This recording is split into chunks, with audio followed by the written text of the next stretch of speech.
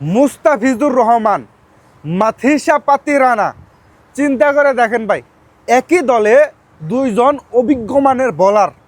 চিন্তা করে দেখছেন ভাই, কলকাতা নাইট রাইডার্স তারা আসলে যে পরিমাণ টাকা খরচ করছে বোলারদের উপর, এটা আসলে বাসায় প্রকাশ করার মতো না। আরও কয়েকজন বোলার আছে তারা দুর্দান্ত লেভেলের ভালো পারফরমেন্স করে ভাই।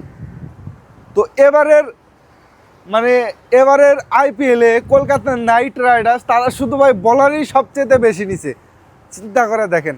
তো যাই হোক, এবারের আইপিএলটা ভাই জমজমাট হবে, কারণ যেহেতু বাংলাদেশের প্লেয়ার আবার কলকাতাতে ভাই, বাংলাদেশের প্লেয়ার আবার কলকাতাতে, আমাদের কাঠার মাস্টার মুস্তাফিজুর রহমান, তো সেইখানে তার সাথে আবার পাতিরানাও আছে ভাই।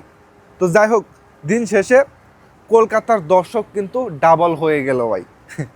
তো দিন শেষে আমরা একটা ভালো আইপিএল দেখতে পাবো, যেহেতু কাটার মাস্টার মুস্তাফিজুর রহমান আছে। তো সেই কাটার মাস্টার মুস্তাফিজুর রহমান তার খেলটা অবশ্যই তিনি দেখিয়ে দিবেন, যেহেতু 9 কোটি 20 লক্ষ টাকা দিয়ে তাকে আসলে কিনে নেওয়া হয়েছে। তাকে তো পানি টানানোর জন্য নেওয়া হয়নি, অবশ্যই খেলানোর জন্যই নেওয়া হয়েছে। কারণ এত টাকা খরচ করে ওই পানি টানানোর জন্য ভাই কোনো দল আসলে দলে বেরায় না।